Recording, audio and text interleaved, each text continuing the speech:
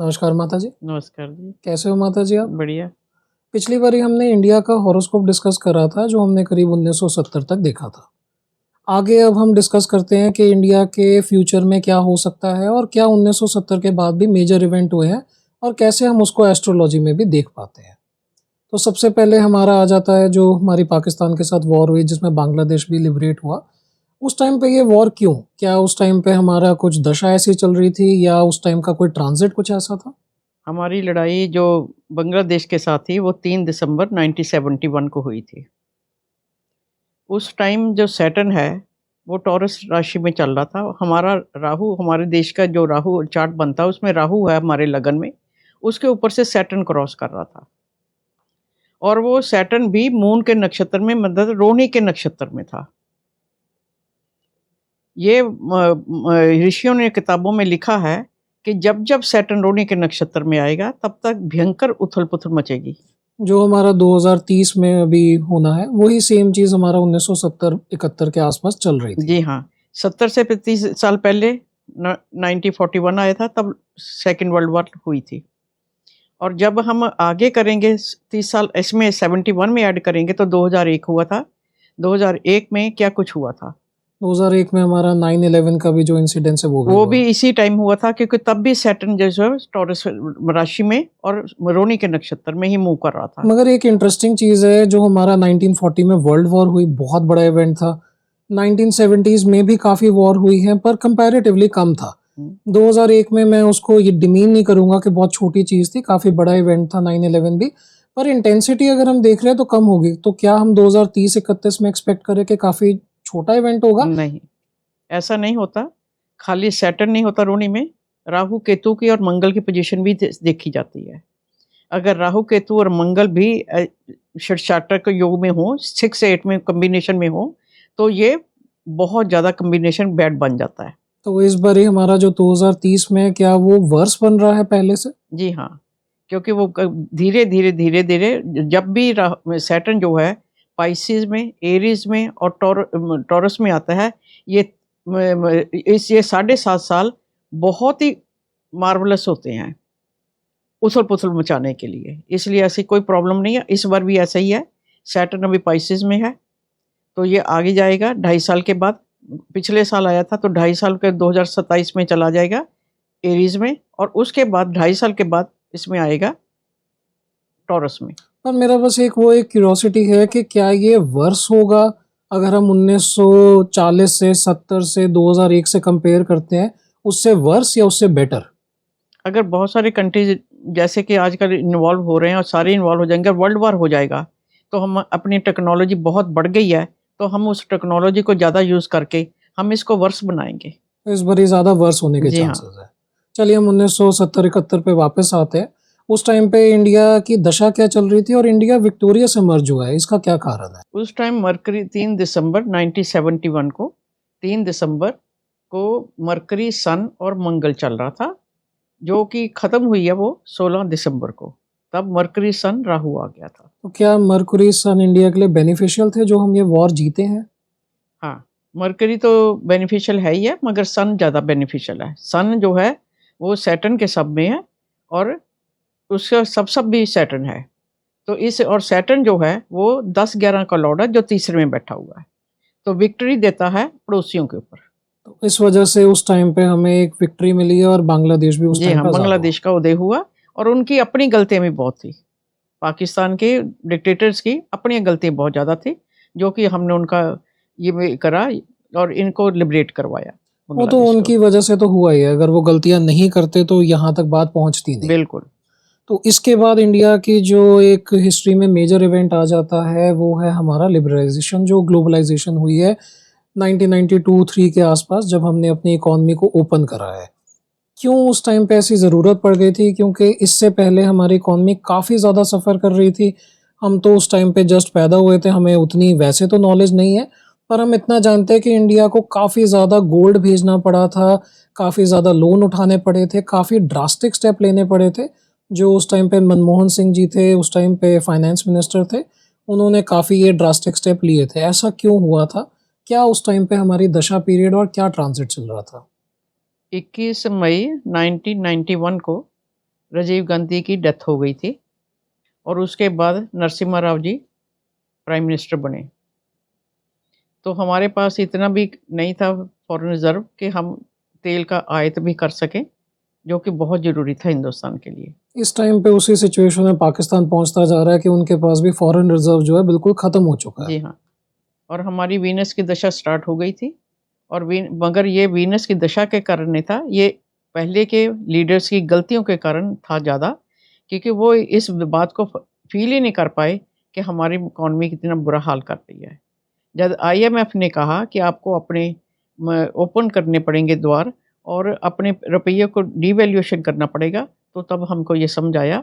तब Venus Venus चल रहा था, डबल वीनस चल रहा था और उसके बाद वीनस सन आया 1992 में।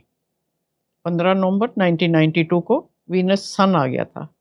तो इसने सन मैंने पहले भी बताया कि सन बहुत अच्छा था। तो सन की वजह से हमने उस काम को बहुत अच्छे तरीके से करा और हमारा देश काफ़ी आगे हो गया और हमने फ़ॉरेन कंपनीज़ के लिए अपने द्वार खोल दिए।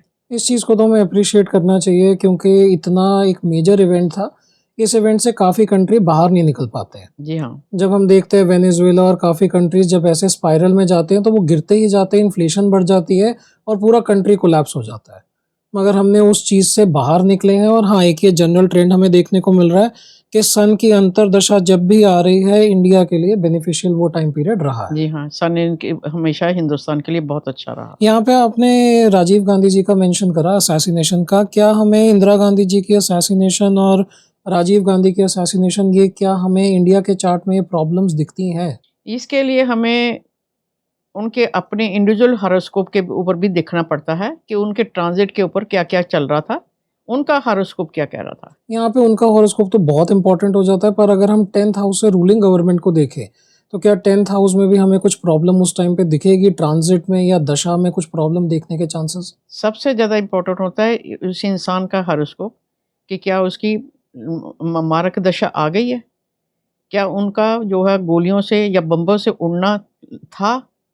अगर वो था, तब उनकी ये मारक दशा है हिंदुस्तान के किसी चार्ट के भी साथ हो, तो वो मैच करेगी। वो चीज़ तो वो हम जब ट्रांज़िट अकेला कुछ नहीं कर सकता। जब हम इंडिविजुअल हॉरोस्कोप्स देखेंगे तब हम उस चीज़ पे आएँगे, तब हमें और इसमें ज़्यादा क्लैरिटी बिल्कुल मिलेगी। सही बात है।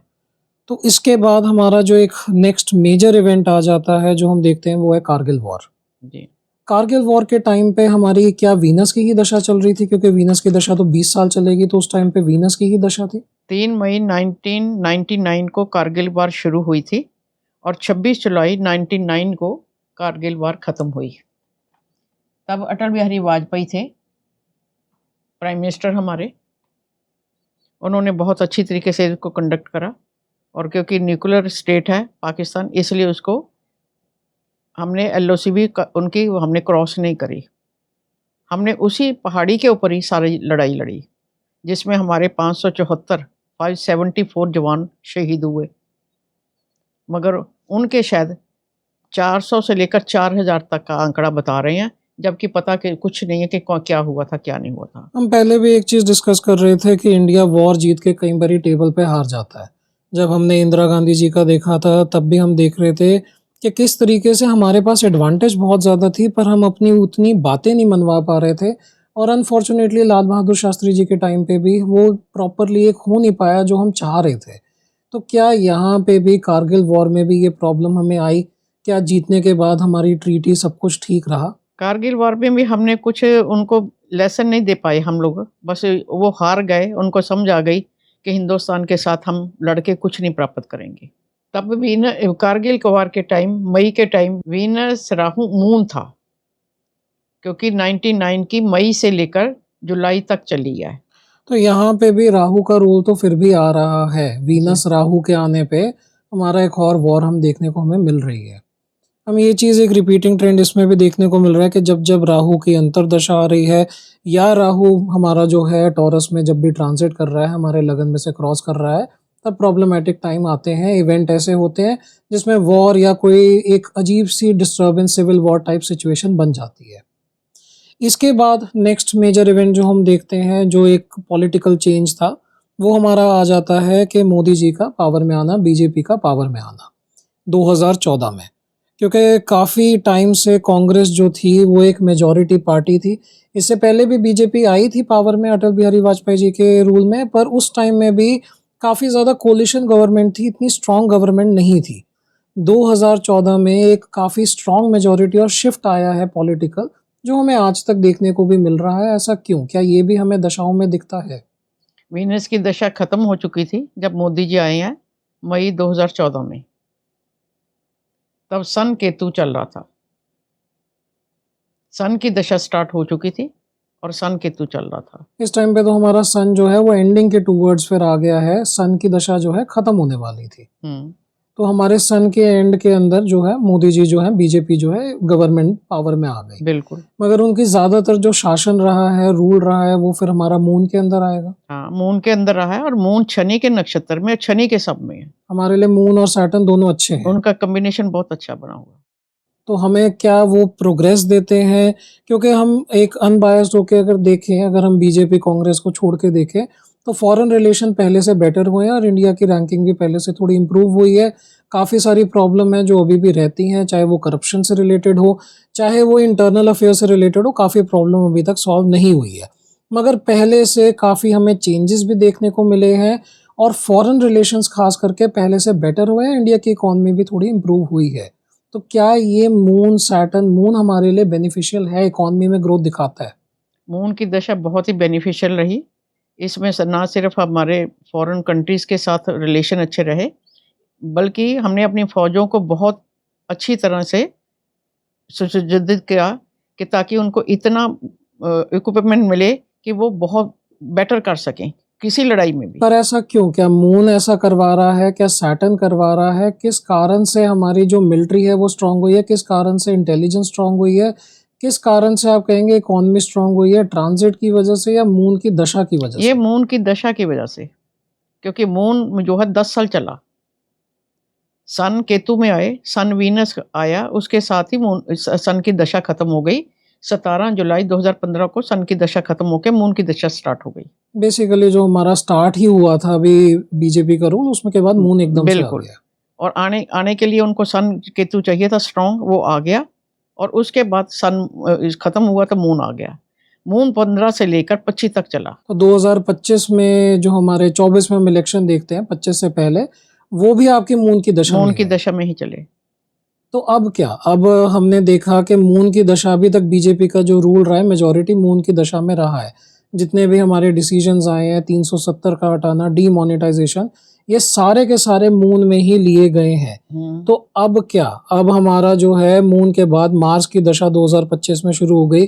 क्या मार्स इंडिया के लिए बेनिफिशियल है? क्या आने वाले साल हमारे लिए अच्छे होंगे? हमारी जो 4 दिन की ये लड़ाई हुई है पाकिस्तान के साथ मई 2025 में, 6 मई से शुरू हुआ, 10 मई तक हमने बात खत्म कर दी। और ये क्या पीरियड चल रहा था उस टाइम? मून सन, मून का एंडिंग पीरियड था। मगर यहाँ पे भी सन चल रहा था साथ में, जो हमारे लिए फिर से बेनिफिशियल टाइम बिल्कुल, था। बिल्कुल। और मून सन के साथ केतु आया था 6 मई को और उसके साथ ही हमारा काम इसने अच्छा कर दिया। ये मून की एंडिंग हो गई, यहाँ पे मून हमारा खत्म हो हाँ, गया। उसके बाद मंगल की दशा शुरू हो गई 16 जुलाई 2025 को। आप एक चीज़ अगर देखेंगे, जब से मार्स की दशा स्टार्ट भी हुई है, बीजेपी के अगेंस्ट भी एक हवा सी चल रही है। एक ऐसा माहौल बना हुआ है जिसमें यूथ भी और काफ़ी लोग जो हैं बीजेपी के अगेंस्ट है। क्या ये मार्स की दशा बीजेपी के लिए या इंडिया के लिए अच्छी नहीं है? मार्स की दशा मून जैसी अच्छी तो नहीं है, पर फिर भी ठीक है। मार्स हमारा यहाँ पे किसके नक्षत्र में? राहु के नक्षत्र में मार्स आता है। राहु के नक्षत्र है। मार्स फौज को रिप्रेजेंट करता है, मिलिट्री को रिप्रेजेंट करता है। मगर यहाँ पे हमारा जो मिलिट्री है वो हमारा कॉम्बिनेशन जो बना रही है, वो हमारा 2-7-12 का बना रही है। क्या मिलिट्री पे लॉसेस होंगे? क्या दूसरे कंट्री के साथ कोई वॉर होने के चांसेस हैं? मार्स राहु का पीरियड जब भी चल रहा है, अगर ये पीरियड हमने अच्छी तरह से निकाल दिया और मार्स जुपिटर आ गया, वो बहुत अच्छा रहेगा। लड़ाई झगड़ा होगा भी तो हम विजयी होंगे। ये मार्स राहु कब तक रहेगा? किस टाइम पीरियड तक हम देख रहे हैं कि मार्स राहु चलेगा? मार्स राहु अभी जो चल रहा है ये दिसंबर 2026 के एंड तक चलेगा। उसके बाद मार्स जुपिटर स्टार्ट हो जाएगा। तो बेसिकली यही साल है जो थोड़ा डिफिकल्ट अभी ज़्यादा चल रहा है, मार्स राहु का पीरियड। पर मार्स की जो दशा है वो ओवरऑल ट्रेंड तो अच्छा नहीं दिखा रही है। अगर वो राहु के नक्षत्र में है, तो भी वो अच्छा पीरियड तो मैं नहीं कहूँगा कि इंडिया के लिए अच्छा पीरियड है। ट्रांज़िट में भी कुछ अच्छा नहीं दिखाई दे रहा। मार्स राहु के साथ इस टाइम हमारा सैटर्न चल रहा है 31 मई तक, 31 मई तक। तो इसमें अगर कोई वार लगती है, तो हमें बहुत लंबी वार नहीं करनी, छोटी वार लगानी है और उसको उसी को ख़त्म कर देना। मगर अगर वॉर लगती है, मार्स राहु में लगे या कभी भी वॉर लगे, मार्स की दशा में तो लग रही है, हमारे लॉसेस तो वॉर में दिख रहे हैं। क्या ये ठीक रहेगा इंडिया के लिए कोई ऐसा स्टेप लेना या इंडिया के लिए कोई ऐसी चीज़ करना? या हमें वो स्ट्रैटेजी अपनानी चाहिए जो यूएसए ने करी थी कि वर्ल्ड वॉर में वेपन सप्लाई करो, अपने आप को दूर रखो, जहाँ इंटरफेयर करने की बहुत ज़्यादा ज़रूरत पड़ी सिर्फ तभी इंटरफेयर करा गया। हाँ, हिंदुस्तान ने यही सबक सीखा है सेकंड वर्ल्ड वॉर से कि किसी की लड़ाई में नहीं पड़ना। अगर तुम्हारे ऊपर कोई लड़ाई थोप रहा है, तो उसको जल्दी से जल्दी ख़त्म करके ख़त्म कर देना है। हम रशिया को भी देखते हैं, अब रशिया में इतनी लंबी लड़ाई खींची है जो कि कोई एक्सपेक्ट नहीं कर रहा था। और ये लड़ाई भी जिसमें लोग सोच रहे थे कि ईरान को बहुत जल्दी ख़त्म कर दिया जाएगा, वो चीज़ नहीं हुई। हमें भी वो चीज़ दिख रही थी कि इतनी आसानी से वॉर ख़त्म नहीं होगी, ये चलेगी। तो क्या इंडिया को ऐसा कोई मिसएडवेंचर करना चाहिए पाकिस्तान के साथ या चाइना के साथ या किसी भी कंट्री के साथ? किसी देश के साथ लड़ाई करने से कभी फ़ायदा नहीं हुआ, हमेशा इकॉनमी नीचे ही जाती है। मगर अगर ज़रूरी हो, मजबूरी हो, जैसे कि मई 2025 में करी है, लोग कह रहे थे कि एक बार में इसको खात्मा कर दो, इसका ये कर दो, इसका वो कर दो, जो कि अभी पॉसिबल नहीं था। इसलिए मोदी जी ने 4 दिन में लड़ाई ख़त्म करके अपने आप को मिनिमम लॉस करवाया। मिनिमम जान की और धन की, दोनों की मिनिमम लॉस करवाया और लड़ाई भी हमने जीत ली और सबक भी उनको दे दिया। Apart from astrology as a थोड़ा एक मैं वो कहूँगा कि मुझे तो यही लगता है कि हमें वॉर में नहीं पड़ना चाहिए। जब तक बिल्कुल ज़रूरी ना हो जाए, जब तक दुश्मन आपको इतना दुखी ना कर दे, तब तक नहीं पड़ना चाहिए। ये ज़्यादा बेटर स्ट्रैटेजी है, जिस तरीके से पाकिस्तान को इकोनॉमिकली ख़त्म करा जा रहा है, जिस तरीके से उनको एक ऐसी सिचुएशन में डाल दिया कि उनके पास फॉरेन रिज़र्व नहीं है, तेल की दिक्कत आ रही है, ये ज़्यादा अच्छी स्ट्रैटेजी है। यही तो स्ट्रैटेजी जो है वो उसने मोदी जी ने अप्लाई करी है। मगर जहाँ वो धर्म पूछ के मार रहे हैं, तब उनको एक बार बताना पड़ता है, 2008 की तरह नहीं है कि आपने कोई एक्शन ही ना ले। वो आपको कहें बड़े डरपोक हैं हिंदू, बड़े कायर हैं हिंदुस्तानी। तब उन्होंने ये बताया कि ये सब कुछ ऐसा नहीं होगा और इसका फ़ायदा ये हुआ कि न्यूक्लियर बम का हमारे ऊपर से असर ख़त्म हो गया। दुनिया का से असर भी ख़त्म हो गया कि इनसे उड़ा ही नहीं जाना, न्यूक्लियर बम तो क्या मारेंगे। पाकिस्तान के पास इतनी कैपेबिलिटी तो नहीं है। हम अपने एनालिसिस पे वापस आते हैं, मार्स की दशा, हम इस चीज़ को रिगार्डलेस अगर देखें, तो बहुत अच्छी तो फिर नहीं दिख रही है। मतलब एक जो हमने मून में प्रोग्रेस देखी, वो मार्स में और आगे राहु में ख़ास करके, क्योंकि राहु आपने जैसा कि बताया था हमारे लगन में है, चलित में 12th हाउस में चला जाता है। मैं लोगों के लिए चार्ट भी लगा दूँगा दोनों। तो ये टाइम पीरियड तो बहुत अच्छा नहीं रहेगा, स्पेशली 2032 के बाद राहु का तो और भी ज़्यादा बुरा है। 2032 की बाद की बात है, मगर दिसंबर 2026 तक अगर कोई लड़ाई ना करें हम लोग, तो ज़्यादा बेटर रहेगा। मगर एक क्वेश्चन ये आ जाता है कि इंडिया अपनी एक विजन रखता है कि मैं 2050 तक एक काफ़ी स्ट्रॉन्ग लीडर की तरह इमर्ज होंगे। इंडिया एक सुपर पावर क्या बनेगा, नहीं बनेगा? तो यहाँ पे राहु की दशा में तो मुझे लॉसेस दिख रहे हैं, प्रॉब्लम दिख रही है और लगातार मार्स के बाद राहु 2 ऐसी दशाएँ जो इंडिया के लिए नेगेटिव हैं, एक के बाद एक है। ये इतने सालों तक, करीब 25 साल तक क्या इंडिया का नुकसान होने के चांसेस हैं? बिल्कुल, जब भी लड़ाई होगी कहीं भी, दोनों साइड्स को नुकसान तो ज़रूर होगा। तो लड़ाई होगी आप कह रहे हैं। मगर मंगल की दशा जो है वो लड़ाई को शो कर रही है। अगर हम राहु को अवॉइड कर देते हैं और सैटर्न में कहीं जाके लड़ते हैं दिसंबर 2027 में, वो सैटर्न आपका पीरियड आ जाएगा, वो बहुत बेनिफिशियल रहेगा। उसमें वही बात आ जाती है कि हमें अगर लड़ाई हो भी तो हमें जल्दी से जल्दी उसको वाइंड अप करना चाहिए। बिल्कुल।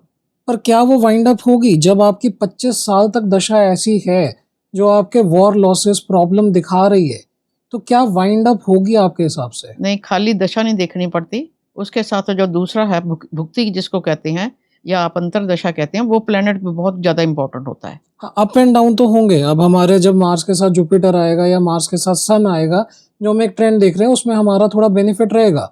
पर अगर हम ट्रांजिट को साथ में लेते हैं, ट्रांजिट भी कुछ ऐसा आ रहा है 2031, 30, 31 के आसपास मार्स की दशा एंड हो रही है, राहु स्टार्ट हो रहा है। ये टाइम पीरियड ज़्यादा प्रॉब्लमैटिक इंडिया के लिए दिख रहा है? नहीं, ऐसा नहीं है। जो हमारा मार्स में बहुत खर्चा दिख रहा है, बहुत पैसे का दिखाई दे रहा है, उसका मतलब कि हम अपनी फ़ौज के लिए बहुत ज़्यादा हथियार अच्छे खरीद रहे हैं। तो खर्चा मिलिट्री के ऊपर ही होगा। मिलिट्री के ऊपर बहुत अच्छा खर्चा कर रहे हैं। अगर हम बॉर्डर पे, चाइना के बॉर्डर पे भी मिलिट्री खड़ी करते हैं, तो उसका भी डेली का खर्चा बहुत ज़बरदस्त है। तो वो सारा खर्चा मंगल के पीरियड में दिखाई दे रहा मतलब है। आप कह रहे हैं ज़रूरी नहीं है लड़ाई हो, टेंशन्स हो सकती है, ऐसा हो सकता है कि मिलिट्री डिप्लॉय हो और वो खर्चा दिख रहा हो हमें मार्च के टाइम में। हाँ, पर राहु के टाइम में जो आपका पीरियड आ रहा है, राहु जब तब हमारा अंतरदशा में इतनी प्रॉब्लम देता है, तो महादशा में तो देगा ही देगा। तब राहु का ट्रांज़िट देखा जाएगा। उस टाइम देखा जाएगा कि राहु के कहाँ-कहाँ ट्रांज़िट करता है, और अगर क्या वो रब हमारी रोहिणी में भी आ जाता है, नक्षत्र में आता है। जब-जब ये रोहिणी नक्षत्र में आएगा, टॉरस राशि में, तब-तब ये प्रॉब्लम क्रिएट वो करेगा। अपनी दशा में एक बारी तो ज़रूर आएगा ही आएगा। बिल्कुल, और राहु की ही दशा चल रही होगी, राहु रोहिणी में भी आएगा, तो काफ़ी ज़्यादा प्रॉब्लम होने के चांसेस होंगे। बिल्कुल, चाहे वो सिविल अनरेस्ट हो, चाहे वॉर लाइक सिचुएशन हो। बिल्कुल। तो ये पीरियड जो एक इंडियंस का, मेरा भी, हर इंडियन का है कि इंडिया एक सुपर पावर बने, क्या वो नहीं बन पाएगा 2050 तक? अगर दूसरे कंट्री लड़-लड़ के पावरलेस हो जाएँगे, तो हम अपने आप ही सुपर पावर बन जाएँगे, मतलब यहाँ पे आप एक ऐसी सिचुएशन कह रहे हैं कि सिर्फ हम नहीं है, सबके साथ ही सबके प्रॉब्लम है। साथ। तो अगर बाकी कंट्रीज़ हमसे ज़्यादा लॉस सफ़र करते हैं, हम जल्दी रिकवर करते हैं, तो एक चांस है कि हम 2050 तक भी राइज़ कर सकते हैं। बिल्कुल राइज़ करेंगे, इसमें कोई प्रॉब्लम नहीं है। लोग खुद ही लड़-लड़ के वो खुद ही एक-दूसरे को वीक करते रहेंगे। हम सिर्फ़ बाहर बैठ के तमाशा देखेंगे। क्योंकि इंटरेस्टिंग चीज़ ये है कि यहाँ पे अब हमने देखा मार्स, राहु 2 बुरी दशा तो हमने देखी, पर उसके बाद जुपिटर, सैटर्न और इवन मरकुरी 3 अच्छी लगातार दशाएँ भी हमारी है। ख़ास करके जुपिटर तो हमारे लिए काफ़ी बेनिफिशियल टाइम पीरियड रहेगा, जिसमें काफ़ी ग्रोथ होने के चांसेस है 2050 के बाद। तो अगर 2050 तक भी नहीं तो 2080 तक, 75 तक इंडिया और ज़्यादा ग्रो कर सकता है। जैसे लोग लड़ने में बैठे हुए हैं, और 7.5 साल का मैंने अभी बताया कि सैटर्न का पीरियड है, पाइसेस, एरीज़ और टॉरस में। ये इतना बर्बादी कर देगा दुनिया की कि उसके बाद हम लोग बिना लड़े ही सुपर पावर बन जाएँगे।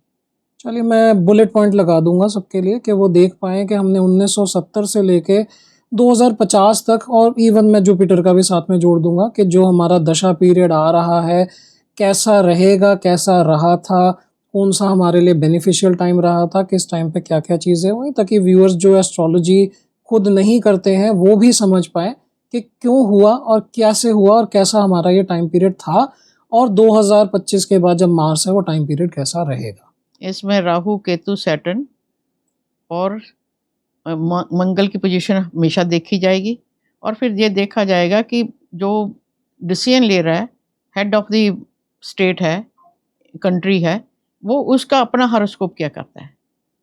अगर उसका उस टाइम में हॉरोस्कोप अच्छा नहीं होगा, तो ये दशा नेचुरल ही नुकसान करेगी।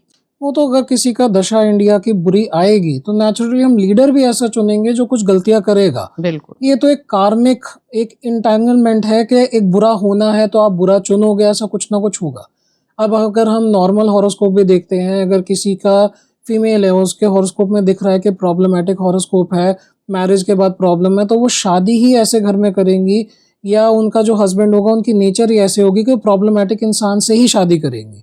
सिमिलरली अगर हमारा एक प्रॉब्लमैटिक टाइम दिख रहा है मार्स में, राहु में, तो मे बी हम लीडर ही ऐसे इलेक्ट करेंगे जो प्रॉब्लमैटिक होंगे। पर हमारा एज़ अ जनता एक ऑब्वियसली एक फ़र्ज़ बनता है कि हम अच्छे लीडर्स इलेक्ट करें। ख़ास करके आगे हमारा आने वाला टाइम पीरियड, ये 25 साल का बहुत अच्छा मैं तो नहीं कहूँगा। तो ये 25 साल के लिए हम बहुत केयरफुल होके अच्छे लीडर्स चुनें जो हमें इस टाइम से निकाल सकें। नहीं हो जाएगा। अब अभी जब अब का अच्छा पीरियड चल रहा है, दुनिया में इतना उथल-पुथल हो रही है, इतनी लड़ाइयाँ चल रही हैं, यहाँ लोग जो हैं शांति से रह रहे हैं, कुछ ना कुछ हद तक नॉर्मल हैं, तो आगे भी ऊपर वाले ने चाहा तो बहुत बढ़िया होगा। हमारी प्रार्थना तो यही है कि सबका ही भला हो, पर सबसे पहले हमारा हो, इंडिया का भला हो, इंडिया प्रोग्रेस करे अपनी ज़्यादा से ज़्यादा। बिल्कुल, बिल्कुल। चलिए अच्छे माताजी, इस वीडियो के लिए हम यहीं पे डिस्कशन को ख़त्म करते हैं। इस वीडियो के लिए इतना ही माताजी, धन्यवाद। नमस्कार। अगर आपको हमारा वीडियो पसंद आए तो आप वीडियो को लाइक कर सकते हैं, चैनल को सब्सक्राइब कर सकते हैं, और हमें डिफरेंट सोशल मीडिया प्लेटफ़ॉर्म पे फॉलो भी कर सकते हैं।